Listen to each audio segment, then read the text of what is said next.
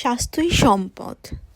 ছোটবেলা থেকেই এই কথাটা বাবার মুখে খুব শুনেছি, কিন্তু খুব শুনেই এসেছি, সেভাবে আমি কখনো দেখার সুযোগ পাইনি। আর এটা আমি বুঝলাম জার্মানিতে আসার পর। জার্মানিতে প্রত্যেকটা মানুষ রোজ নিজের জন্য সময় ঠিক বার করে নেয়।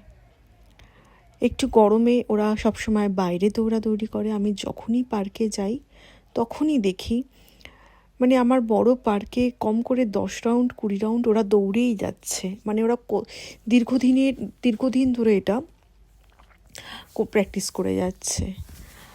আর বয়স্করাও কিন্তু জিমটা কখনো ছাড়ে না। এদের জন্য বিভিন্ন রকম কোর্সও এখানে আছে। কোমরে ব্যথা, হাতে ব্যথা, এই জন্য বিভিন্ন ধরনের কোর্স কিন্তু এই জিমে রয়েছে। এটা অনেক সময় ডাক্তাররাও ব্যবস্থা করে দেয়।